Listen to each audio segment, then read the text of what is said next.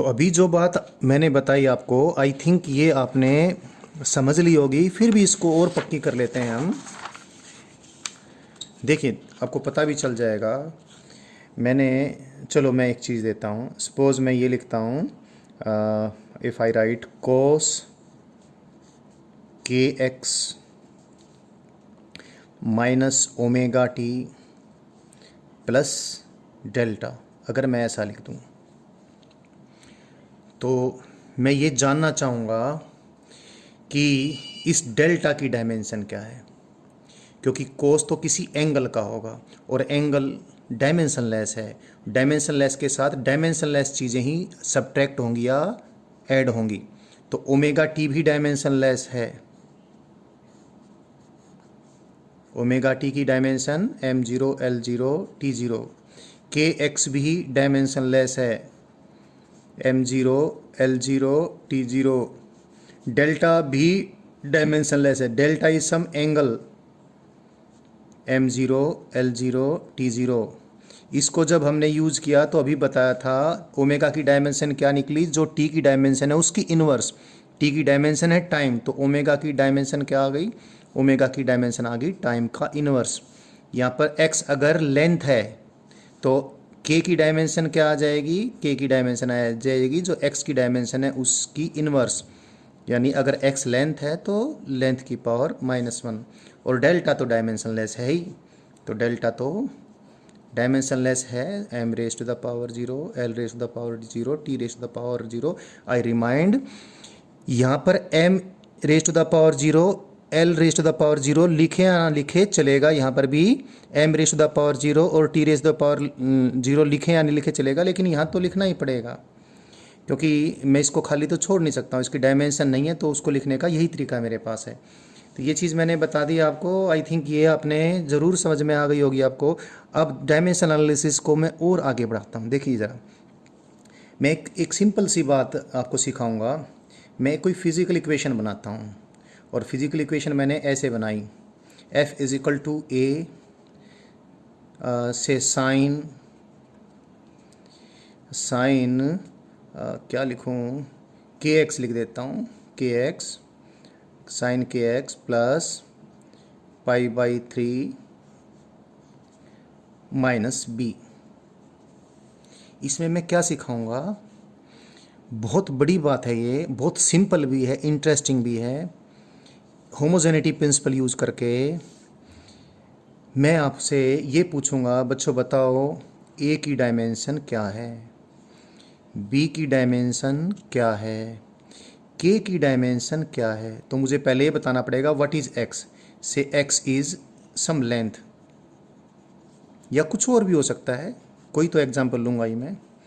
तो अभी आप देख लेंगे, ये थोड़ा मैंने सर्कलिंग कर दी तो हो सकता है आपकी इतनी क्लैरिटी ना रही हो। वापस लिख देता हूँ इसको मैं, F is equal to sine k x plus π/3 minus B.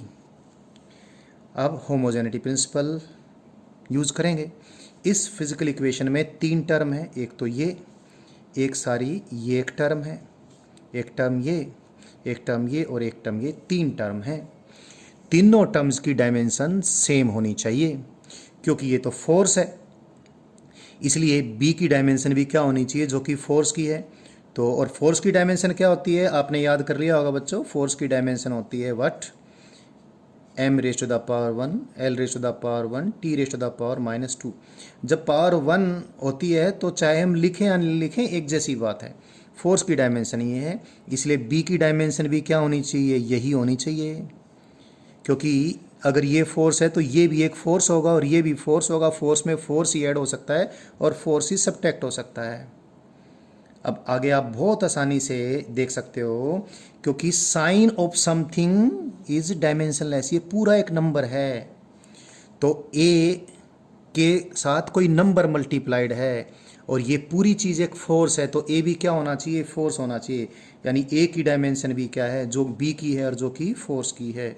तो ए की डायमेंशन वही है जो बी की है और जो फोर्स की है, और साथ में ये चीज़ हम पहले ही कर चुके हैं। ये तो देखो एंगल है ही π/3 और के एक्स भी एंगल होना चाहिए।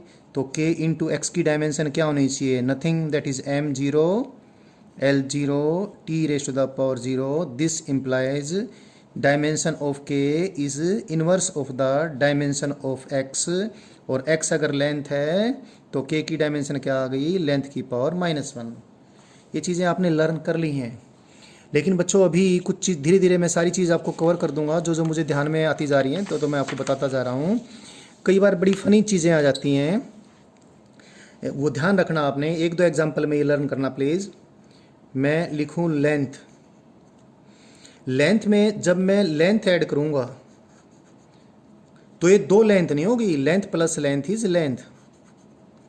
10 मीटर प्लस 5 मीटर मैं करूँगा 15 मीटर बन जाएगी, लेकिन 15 मीटर भी तो लेंथ है, 10 मीटर भी तो लेंथ है, लेंथ भी तो लेंथ है। सिमिलरली ऐसा कई बार होगा, क्या कई बार होगा मास माइनस मास, तो बच्चे इसको 0 लिख देते हैं। नहीं, ये पर मास की अमाउंट्स नहीं है, मास में से मास सब्ट्रैक्ट होगा तो मास ही होगा।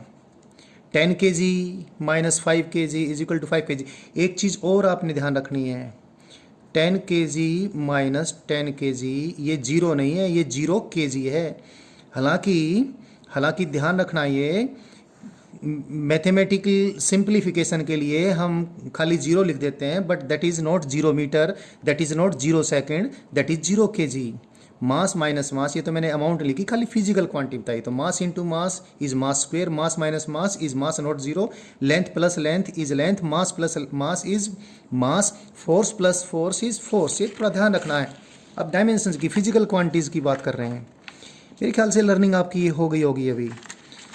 अभी मैंने कॉन्स्टेंट्स के बारे में डिस्कस करना था, कॉन्स्टेंट के बारे में डिस्कस कर रहा हूँ और नंबर्स के बारे में डिस्कस कर रहा हूँ।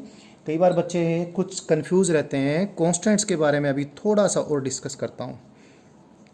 देखो भाई, constant is different and number is different. Constant का मायना जो निश्चित हो, जो चेंज ना हो, और नंबर तो नंबर्स हैं। अभी मैं इसके बारे में बताता हूँ, लेकिन मुझे अभी एक बात अभी ध्यान आ रही है, और कहीं वो फिर पीछे छूट जाएगी नहीं। तो मैथमेटिक्स में आप ऐसा कर लेते हो, एक्स स्क्वेयर प्लस एक्स कर लेते हो, और -2 भी कर देते हो, और इक्वल टू 0 ऐसा कुछ भी कर देते हो, ऐसा कुछ और भी इसके सामने आ जाता है आपका समथिंग या 0, ऐसी कोई इक्वेशन आप मैथ में बना लेते हो। But take care, mathematics deals only with numbers.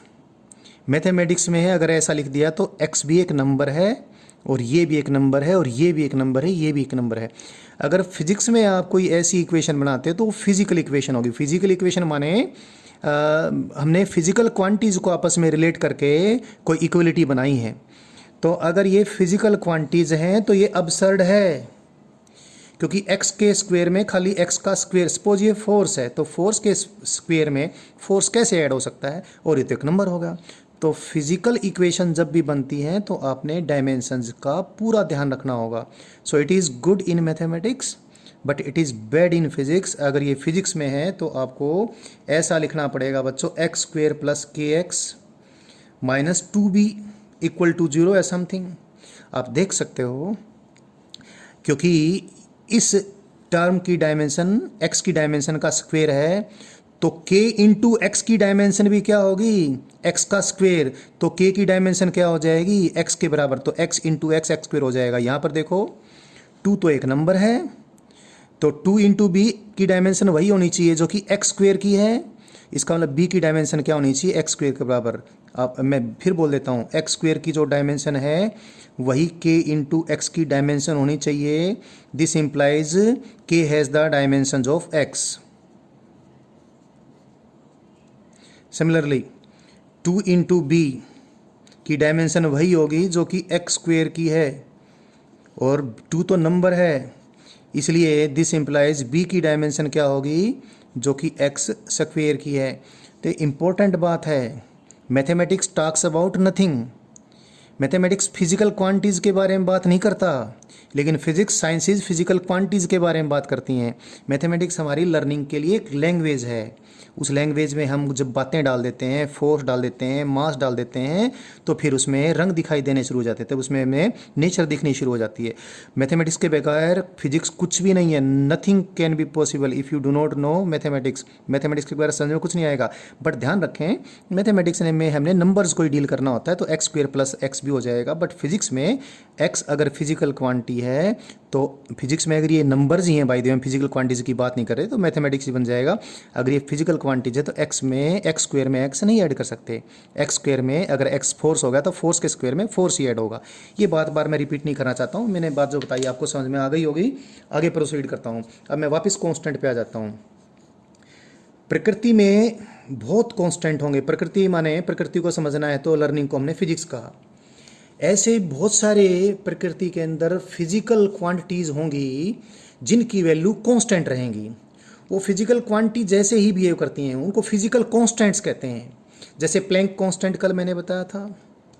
Planck constant constant है, यानी इसकी वैल्यू चेंज नहीं होती है, लेकिन इसका मतलब ये नहीं डायमेंशनलेस है, नंबर है। मैं इसलिए बता रहा हूँ, बच्चों को एक कन्फ्यूज़न रहता है। जो कांस्टेंट्स होते हैं वो तो डायमेंशनलेस होते हैं, they are not physical quantities having no dimension. तो अपनी ये बात को आज अभी से ख़त्म कर लीजिए। मैं आपको 2 साल लगातार फिजिक्स पढ़ाऊँगा। उस 2 साल की लर्निंग में बेसिक फिजिक्स तो आपकी पूरी हो ही जाएगी, और उस बेसिक फिजिक्स में आपको ये पता चल जाएगा कि there will be very large number of physical constants, और उसमें से बिल्कुल थोड़े से ही फिजिकल कांस्टेंट ऐसे होंगे जो नंबर्स होंगे, यानी जिनकी कोई डायमेंशन नहीं होंगी। अदरवाइज सभी फिजिकल कांस्टेंट्स की, यानी कुछों को छोड़कर बाकी सब की बड़ी लंबी चौड़ी डायमेंशंस होंगी। जैसे प्लैंक कांस्टेंट है, इसकी भी डायमेंशन है। जैसे यूनिवर्सल ग्रेविटेशनल कांस्टेंट है, इसकी भी डायमेंशन होगी। तो कांस्टेंट का मतलब फिक्स्ड, यानी जिसकी वैल्यू चेंज ना हो। इलेक्ट्रॉनिक चार्ज है, इलेक्ट्रॉन का चार्ज है, charge is a physical quantity. Charge variable हो सकता है, लेकिन इलेक्ट्रॉन का चार्ज वेरिएबल थोड़ी। इलेक्ट्रॉन का चार्ज तो जितना है उतना ही है। तो electronic charge is a physical constant. Electron का मास है, मास तो वेरिएबल है। मेरा मास आज कुछ अभी कुछ है, मैंने डिनर खूब ज़्यादा हैवी कर लिया, मेरा मास इंक्रीज हो जाएगा, और सुबह सुबह मैं अपना मास लूज कर दूंगा। मेरा मास वेरिएबल है, बट इलेक्ट्रॉन का मास वेरिएबल थोड़ी है। मैंने थोड़ा अपने शरीर को कहीं रगड़ा तो मेरी बॉडी पे कुछ चार्ज आ जाएगा। मेरी बॉडी पे चार्ज जो है वो वेरिएबल है, बट इलेक्ट्रॉन का चार्ज वेरिएबल थोड़ी है। इलेक्ट्रॉन का चार्ज तो फिक्स है।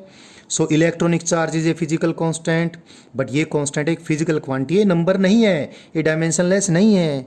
इलेक्ट्रॉन का mass and is like this. इस प्रकार से बहुत सारे एग्जाम्पल आप सोच सकते हो। तो take care, physical constants are not numbers. कुछ फिजिकल कांस्टेंट्स ही नंबर होंगे, कुछ फिजिकल कांस्टेंट्स ही डायमेंशनलेस होंगे। अधिकतर फिजिकल कांस्टेंट की ये लंबी लंबी चौड़ी चौड़ी डायमेंशन होंगी, जो हमने डिस्कस करनी है अभी, तो ध्यान रखना है आपने। हाँ, कल मैंने एक चीज़ और बताई थी बच्चों। पिछले साल जितनी भी बेस क्वांटिटीज़ हैं, सारी बेस क्वांटिटीज़ की डेफिनेशंस हमने जो हिस्टोरिकली आई थी और बाद में मॉडिफाई होती रही। देखो, फिजिकल जो बेस क्वांटिटीज़ हैं, जब उन यानी 7 फंडामेंटल क्वांटिटीज़ हैं जिनको यूज़ करके हमने पूरे ब्रह्मांड के मेजरमेंट को समझना है, तो भैया उनकी यूनिट्स की वैल्यू शुरू में, एक बार मैं वापस जा रहा हूँ, बताना ज़रूरी समझता हूँ मैं यहाँ पर। फिजिकल क्वांटिटीज़ को मेजर करना है बेस क्वांटिटीज़ के फॉर्म में, और बेस क्वांटिटीज़ की यूनिट इनवेरिएबल यानी चेंज नहीं होनी चाहिए। बहुत बड़ी बात है। शुरू में जब हमने यूनिट्स डिफाइन की थी तो इस बात का भी ध्यान रखना था हमने कि वो असेसिबल भी हों और इनवेरिएबल भी हों। लेकिन अब जो एक्यूरेसी की तरफ जाने लग गए, हम ज़्यादा ध्यान इस पे रखते हैं कि वो इनवेरिएबल हों। इसलिए इनवेरिएबिलिटी को ध्यान में रखते हुए हमने आज फिजिकल क्वांटिटीज़ की डेफिनेशंस को बेस फिजिकल क्वांटिटीज़ की डेफिनेशन को थोड़ा इस प्रकार चेंज कर दिया जिससे कि वो इनवेरिएबिलिटी की बात को ज़्यादा कैरी करें। इसलिए सभी बेस फिजिकल क्वांटिटीज़ की यूनिट्स को, एसआई यूनिट्स को हमने सम फंडामेंटल फिजिकल कांस्टेंट्स, जो फिजिकल कांस्टेंट्स से जो चेंज नहीं होते, उनके फॉर्म में रीडिफाइन कर लिया है। मैं खाली आपको मास का थोड़ा बता सकता था, इसलिए खाली मास का बताया, बाकी और बताता तो लंबी चौड़ी बातें होती जो भी अभी आपकी कैपेबिलिटी उतनी नहीं है कि उनको आप कैरी कर सको। बाद में जिस लायक आप होते जाओगे आपको बताते जाएंगे।